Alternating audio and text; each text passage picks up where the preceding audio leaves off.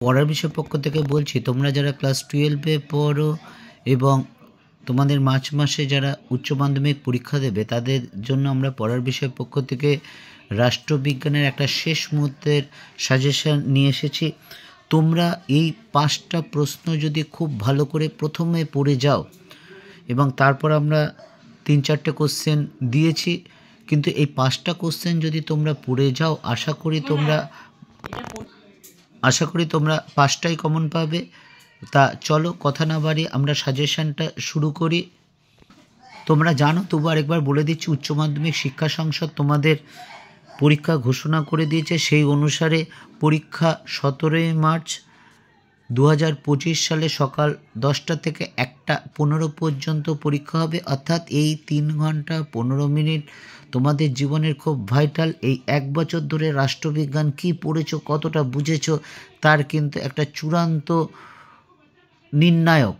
অর্থাৎ এই পরীক্ষায় তুমি কত পাচ্ছ এটাই কিন্তু আলটিমেটলি তুমি কতটা সারা বছর পড়েছো তার কিন্তু একটা মানদণ্ড হবে।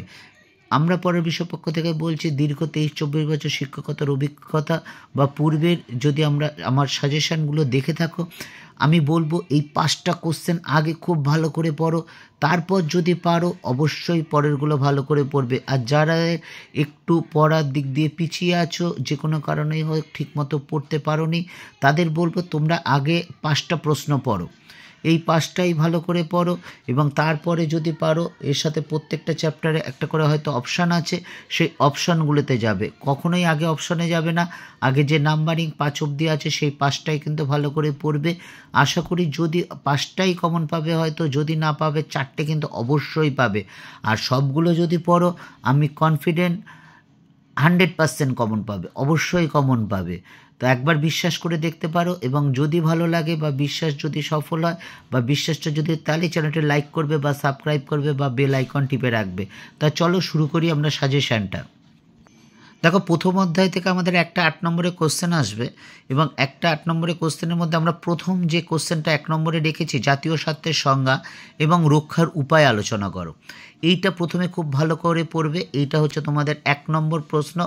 এর সাথে যেটা এই চ্যাপ্টার থেকে আবার বলছি 5টা হওয়ার পরই কিন্তু দেখবে বাকি কোশ্চেনগুলো।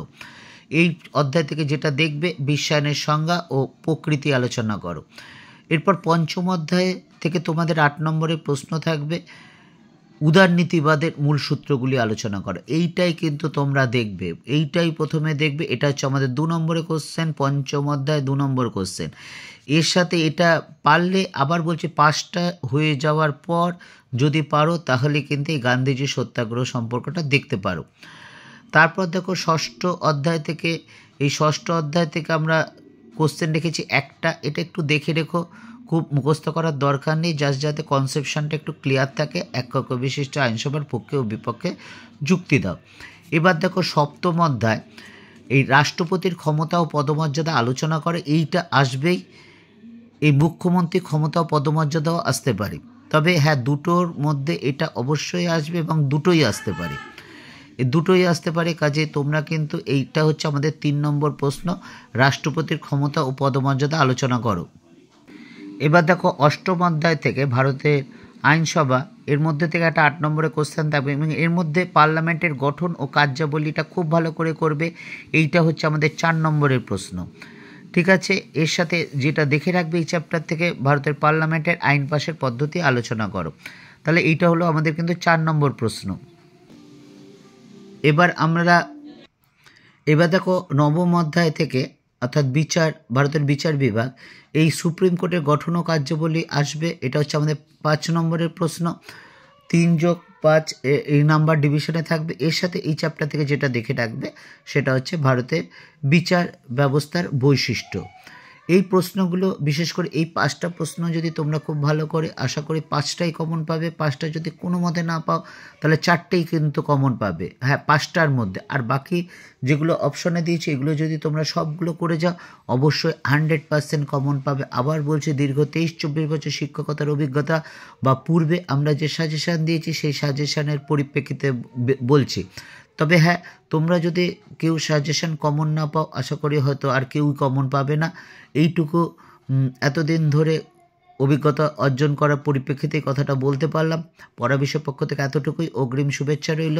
শুধু রাষ্ট্রবিজ্ঞান না, পুরো উচ্চ মাধ্যমিক পরীক্ষা খুব ভালো দেবে, রেজাল্টও খুব ভালো হবে।